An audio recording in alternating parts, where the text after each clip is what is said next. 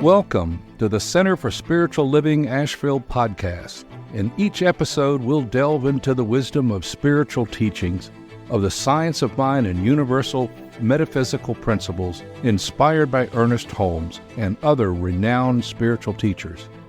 Join us as we explore empowering stories, embrace the power of love and higher consciousness, and walk the path to a more awakened life through the lens of New Thought spirituality.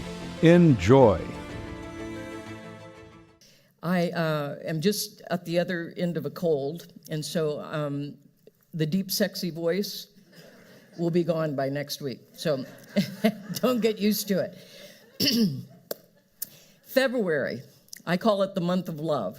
And what we've already explored this month was starting out with living in the heart of the beloved spirit.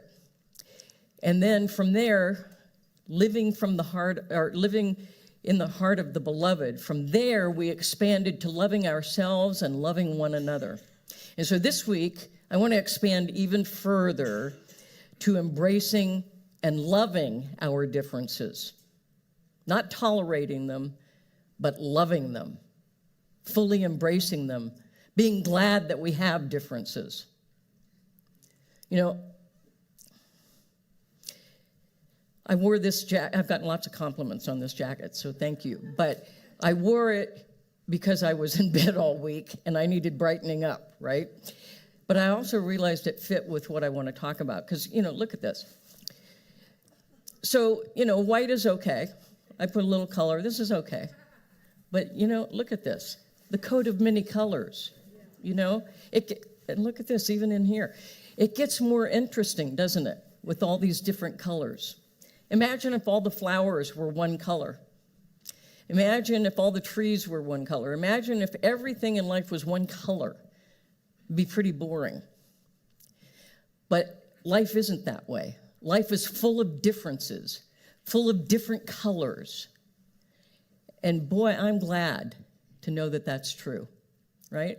And I think I mentioned this last week, that if all of us were the same, if we were all alike, and we were all carbon copies of one another, all but one of us would be redundant.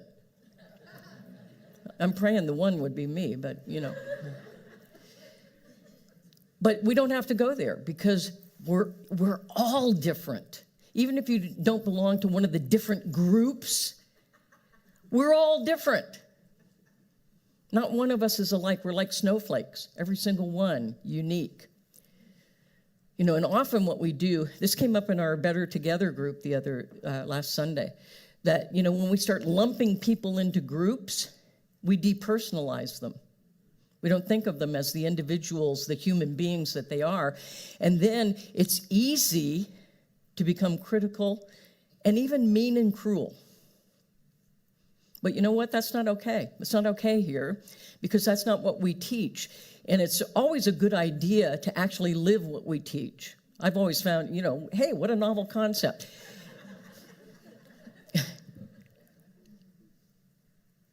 Anyway, there are countless differences within our common humanity, and thank goodness that there are. But unfortunately, often those differences do lead us to have reasons to divide ourselves and to fight sometimes. Paul Ferrini writes, "Only because we believe we are separate do our needs seem to conflict. Separation happens when fear comes up. Our relationships are crippled when anger and hurt are carried around. There is an undercurrent of judgment and irritation. The air needs to be cleared, undoing blame and guilt and resentment." Imagine that kind of air clearing. We undo guilt and blame and resentment and all of those hurts and things that lead to separation. The circle of life gets broken when people hurt one another.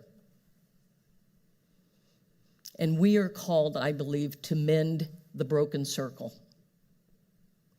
We can choose to see people and relate to people different from us in different ways, but we are always at choice how we do that.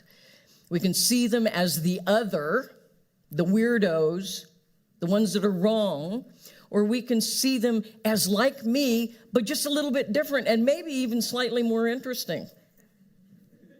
Really? More interesting than me? Maybe.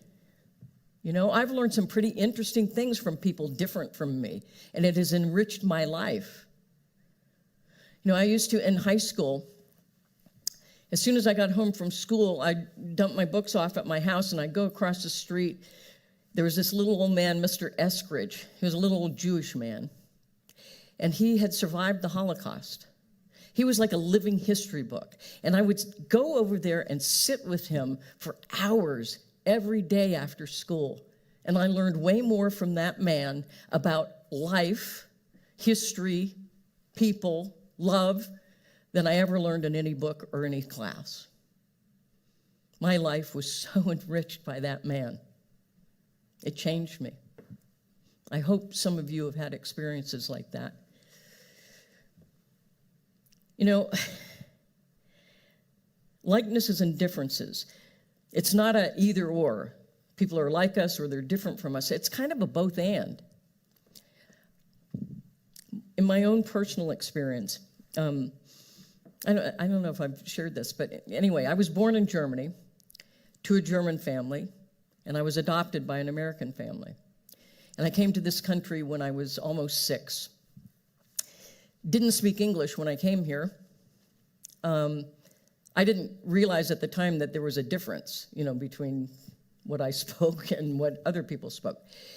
But I learned very quickly, and this was a little bit of that sense of being the other, because as soon as I opened my mouth, adults laughed because they thought it was cute, and kids laughed because they thought I was a Martian. But think about that. Every time you open your mouth, people are laughing. What, you're doing it now. I mean, so, it was kind of weird. So eventually I thought, wow. But it was not a good kind of laughter, It was kind of an icky kind of laughter. So you'll find this difficult to believe, but I stopped talking for a while. Zipped it up, and I listened, and I paid attention. And I started to speak English a little bit. And there were 2 phrases that were my first 2 phrases in the English language. One is, I do it mine own self. I'm still trying to undo that one because I do too many things mine own self. And the other one was, that's not fair. And I still say that phrase very frequently because there's a whole lot that seems not fair to me, especially when it comes to embracing our differences. Sometimes I see a lot of what I think is not fair. It's not right. And we have the power to shift that, the power to shift it. The other thing I wanted to say about likenesses and differences is that we even in our own tribe, have likenesses and differences. When I was in my mid-20s, I went back to Germany to meet my birth family. And they didn't speak a word of English, by the way, and by that time my German was pretty well done. But I studied up a little bit so I could be a little conversational. What was interesting to me was I had called my mother in advance, to see if it was okay to come. In my broken German, explained when I would be arriving, and she was going to pick me up at the train station. And I was so nervous that I hung up before I said what I would be wearing, so she'd know who I was. And I was like, oh, well, we'll just be the last 2 people on the platform. And so as the train's pulling in, I'm looking through the window, and I see this woman, and it was like looking in a mirror. I'd never looked like anybody before. Never occurred to me. And I was like, wow, that was a revelation, a likeness that I didn't expect. And then when I spent a month there. When I got there, there was one evening. Turns out I had an aunt, a nephew, a sister. So I met all these people. And one evening we were watching a funny TV show. And boy, much to my revelation, we started laughing, and I noticed that my aunt and my nephew and I had an identical laugh. How did that happen? There was another likeness. So I kept looking in those first few weeks for all the likenesses. How was I like these people? How were they like me? And how was that even possible? By the middle of the month, I started looking for differences because I wanted to be independent and differentiate myself, much as we do when we grow up. And so I started looking for the differences. But I didn't look at them with the eye to, you're wrong, I'm better. It was, how can I be my unique and individualized self in the midst of all this likeness? And so for us to look at that, to realize that there is a greater unity within which there is an enormous amount of diversity, and that's a beautiful thing. It's like a kaleidoscope. It's beautiful. The likenesses and the differences are the both and within that diversity that is contained in the greater unity. A few years ago, you remember when all those wildfires were happening in Australia? I noticed a news story and a picture, and it showed a picture of a mother fox was feeding milk to little koala babies who had lost their mothers in the fire. It was very telling and very touching. You know, the unity of life was a higher call than the differences of even species. Different species were trying to help each other out. We humans could take a lesson from that. You know, sometimes nature has some valuable lessons for us to pay attention to. There is an interconnectedness in the one human community, and I believe we're called to seek out that common unity, to find those places that we have in common so that we can stand on common ground and yet appreciate our differences. Reverend Dr. Martin Luther King wrote this: "We are all caught in an inescapable network of mutuality, tied into a single garment of destiny. Each one of us is a thread in that garment, and each thread must be woven into the garment for it to be whole." You know, the spiritual truth is that we are all interconnected in this unity and oneness. But, you know, for many people, that idea, we talk about that all the time, oneness. And I'm speaking to the choir here. Oneness. Oh, we're all one. But do we act like that on the other days of the week? Besides Sunday, we're all one. And you know, the truth is, if you talk to people who are different from us, if you talk to people who aren't part of this teaching, sometimes that idea of oneness is a bridge too far. It's like leaping the Grand Canyon in a single bound. And so, to me, maybe we should start with a little bit smaller step. Like, what if we were to step on common ground and just find a little bit of space that we can share together and build upon that and make our way toward that oneness? Does that sound like it makes sense? Yeah? Thank you. You know, love is like a river, really. It flows until somebody or something blocks it. It's natural for it to flow. If we remove the dam or the blockage, then love's life force can naturally flow again through us and as us. You know, we're all the time bumping into each other's opinions and experiences, or other people's interests, other people's feelings and thoughts and ideas. And we can use that as either an opportunity to be in conflict with those people, or we can use it as an opportunity for collaboration, for cooperation, for finding that common ground. The choice is always ours. We always have the power of choice in every single moment, every single incident. We can choose to honor that diversity within the greater unity. From the one Spirit come the many, and yet the many remain one. Spirit expresses itself in a multiplicity of form, all to be appreciated, spirit to spirit. And so I think it's time that we start mending the breach, to listen and find that common ground upon which we can build. And one of our deepest yearnings as human beings is to be seen and known, to feel like we're connected and that we're accepted for who we are. Anybody else feel like you'd like to be accepted for who you are? That you'd like to be seen and known for who you are? To be appreciated and loved for who you are, exactly as you are? Exactly as you continue to evolve and become even more of who you are? Who doesn't want to feel that? That's good, because I thought we'd have to have an after-school time. Yeah, we all want that. We want to have a safe place where we can explore who we are and expand who we are and be appreciated for that. And this is it. This is the space. But it needs to get bigger. We need to grow it. It needs to go out there. It's time to meet heart to heart and really listen, to have empathy and compassion and understanding for each other, for our differences. Not to persuade people to be like us, but to appreciate how they are.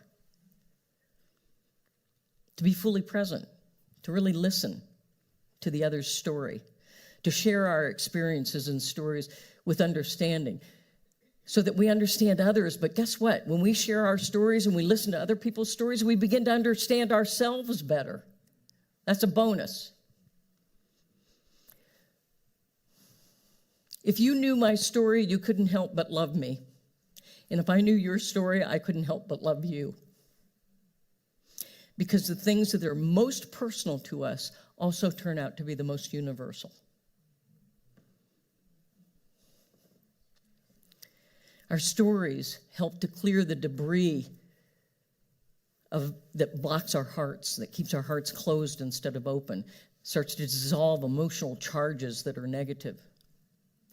Paul Ferrini again explains, we listen not to agree or disagree, but simply to hear each other's experience, simply communicate what is in our hearts and minds. It is an experience of communion when we choose to be fully present with our hearts. When we realize the one self within, we no longer see an outward separation between self and other, for each self is the one self. Every man or woman is either a waking or sleeping Christ or Buddha. One eternal self swells within the heart of all beings. Listen for it. Listen for it. It's there. And seek that common ground and embrace the diversity within the greater unity. Move beyond stereotypes and prejudices, the differences that separate us. There's no good stuff in there. Move beyond it. Let it go. Balance power and presence in diverse groups. Be in co-creative process with people unlike yourself. Engage in more open and inclusive conversations with civility and openness and honesty, with an ear and a heart for understanding and trust. A community of love, and we talk a lot about that here, that we're a community of love. We're a community of oneness. We say a lot of really wonderful things about ourselves. And I believe a lot of them are true. And I also believe that a lot of them could get deeper and broader, that we could evolve how wonderful we are. A community of love embraces differences. And some of the way that we do that is through the practice of our principles and our teaching. To embrace community, to come in unity, first with ourselves and then with each other, and know that we are all together in this thing called life, that we're interconnected and interdependent, and that what impacts one impacts all. We're all impacted in some way by this interconnectedness. Build bridges rather than barriers between us.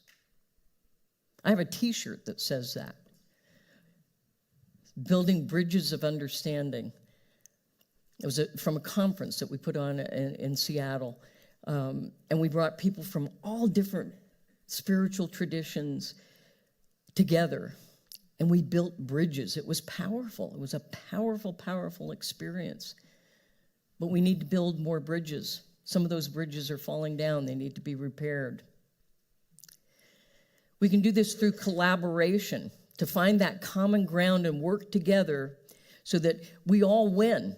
You know, that's a win-win partnership when we find that common ground and build upon it as a foundation. where we share resources and creativity and ideas, and we build to that relationship of trust and understanding. We can practice nonviolence and peacefulness, to respect all individuals as part of the sacredness of life, to commit to doing no harm, or at least intentionally doing no harm,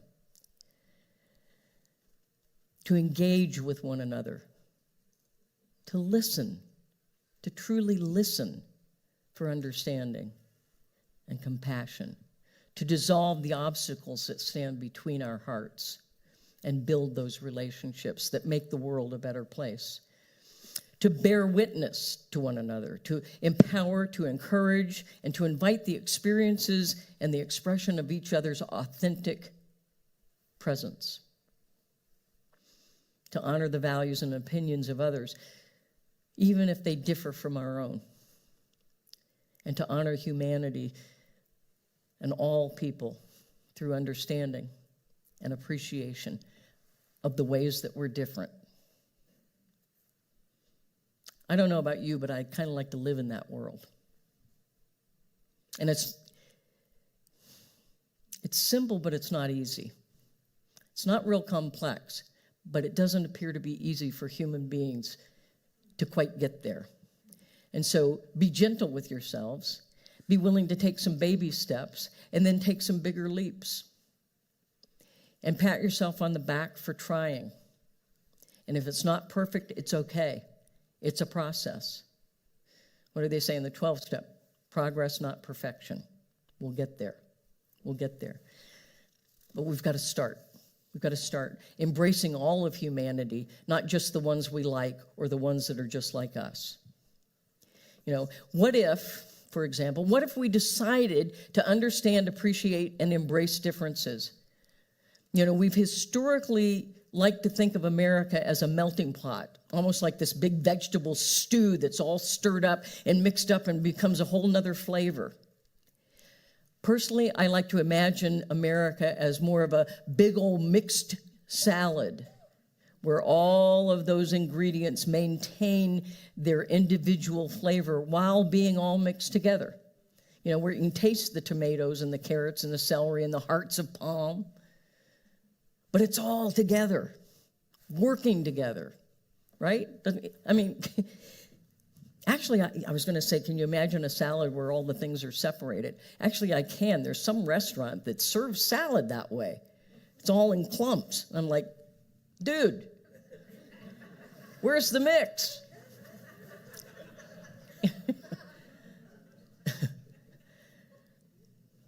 So let's make a big, gigantic, mixed salad of our humanity, where we can appreciate the individuality of all the ingredients, but appreciate the fact that we're all in there together, and it's fabulous.